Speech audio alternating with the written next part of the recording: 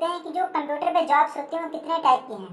तो आप जानते हैं जो कंप्यूटर फील्ड है इसमें कंप्यूटर पे कई प्रकार की जॉब्स होती हैं, बट हम यहाँ पर कुछ जॉब्स के बारे में देख लेते हैं, जैसे कि डेटा एंट्री ऑपरेटर या फिर कंप्यूटर ऑपरेटर, या फिर आप लोग किसी हॉस्पिटल में या फिर होटल में या फिर किसी वेयर हाउस में, किसी शॉप पे या फिर टेली कंपनी में आप जॉब करने जा रहे हैं एज आ कंप्यूटर यानी कंप्यूटर पे, या फिर आप लोग बैक ऑफिस के लिए जा रहे हैं, या फिर अकाउंटिंग के लिए web developer, hardware engineer, software engineer, web developer, database administrator.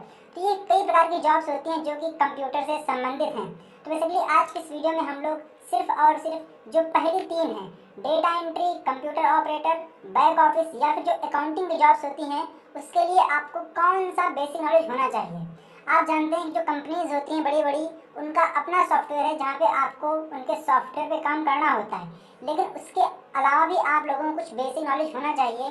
आइए देखते हैं। तो जो कंप्यूटर बेसिक नॉलेज है उसको हमने यहाँ पर दो पार्ट में डिवाइड कर दिया है। पहला है बेसिक और दूसरा है मॉडरेट।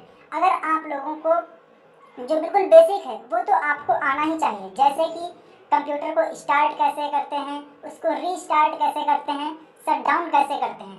क्योंकि कभी कभी देखा गया है, उन्होंने सीखा होता है डेस्कटॉप पे, तो उनको लैपटॉप, अगर वो लैपटॉप सीखते हैं तो वो डेस्कटॉप को ओपन यानी स्टार्ट और शट डाउन नहीं कर पाते हैं। तो आप लोगों को लैपटॉप और डेस्कटॉप, जिसको हम बोलते हैं पीसी, इसको स्टार्ट करना, रीस्टार्ट करना और शट डाउन करना आना चाहिए।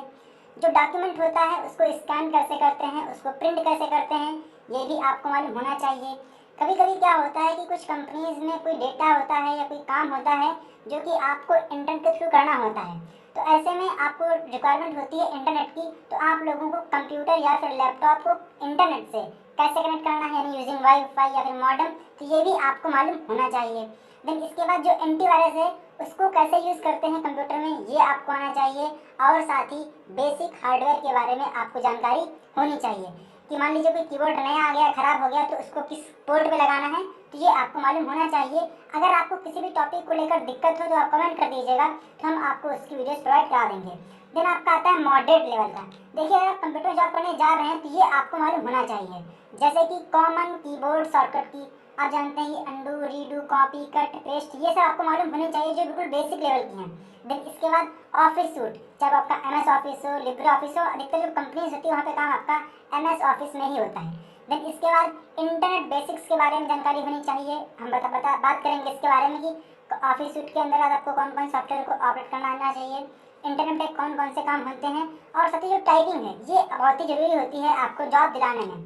देन इसके बाद हम बात करते हैं कि जो आपका मॉडरेट लेवल का नॉलेज है उसमें आपको क्या क्या मालूम होने चाहिए। तो सबसे पहले आपको कॉमन कीबोर्ड शॉर्टकट की, जो कीबोर्ड की शॉर्टकट कीज हैं जो बिल्कुल बेसिक लेवल की हैं, उनके बारे में आपको मालूम होना चाहिए। अगर हम बात करें ऑफिस सूट के बारे में, तो आप लोगों को एमएस वर्ड, एमएस स्प्रेडशीट और पावर पॉइंट, इनके बारे में नॉलेज होना चाहिए। देन इसके बाद इंटरनेट बेसिक्स में आप लोगों को ईमेल कम्युनिकेशन, ईमेल को सेंड कैसे करते हैं, रिसीव कैसे करते हैं, जो फाइल्स उनको डाउनलोड कैसे करते हैं, अपलोड कैसे करते हैं, ऑनलाइन पेमेंट कैसे करते हैं, ये आपको मालूम होना चाहिए। और साथ ही जो टाइपिंग है वो आपको अगर हिंदी नहीं आती कोई बात नहीं, लेकिन जो इंग्लिश के वो कंपलसरी है। और जो कंपनीज हैं वो 40 वर्ड पर मिनट की रिक्वायरमेंट करती हैं, लेकिन आपकी कम से कम 30 की होनी चाहिए स्टार्टिंग में। कुछ कंपनीज हिंदी में डिमांड करती हैं, तो इस केस में आप लोगों की जो डिमांड है वो 35 वर्ड पर मिनट की होती है, लेकिन आप लोगों को 25 के समथिंग आनी चाहिए कम से कम हिंदी में।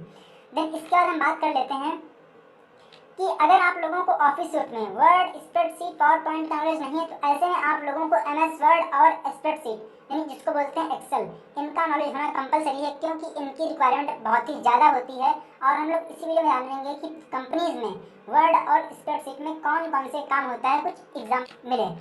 अगर आप जॉब करने जाते हैं एज आ अकाउंटेंट, तो उस केस में आप लोगों को टैली, एक्सेल और एमएस एक्सेस और इसके अलावा एडवांस एक्सेल के बारे में मालूमात होनी चाहिए। अगर आपको एडवांस एक्सेल नहीं आती है, लेकिन आप लोगों को टैली, एक्सेल और एक्सेस आना चाहिए।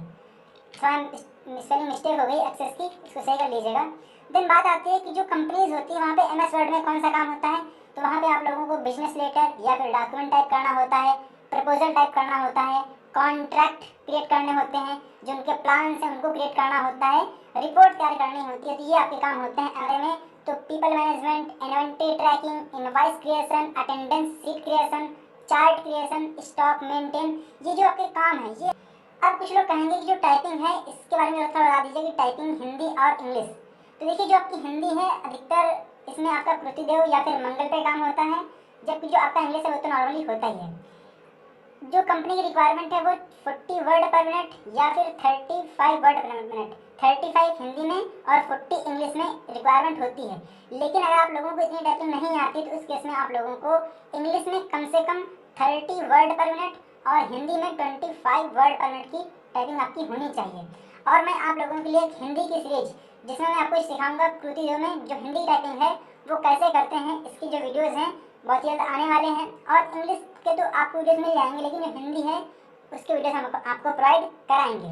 अगर आप लोगों को इन टॉपिक्स में किसी भी के भी ऊपर वीडियो चाहिए तो आप कमेंट कर दीजिए, तो मैं आपको उसके बारे में पूरी इन्फॉर्मेशन प्रोवाइड करा दूंगा। सो गाइस, अगर आप लोगों को ये वीडियो अच्छा लगा है तो आप इस वीडियो को लाइक कीजिए और चैनल को सब्सक्राइब नहीं किया तो सब्सक्राइब कर लीजिए। मिलते हैं नेक्स्ट वीडियो में, तब तक के लिए जय हिंद, जय भारत, वंदे मातरम। Thank you friends.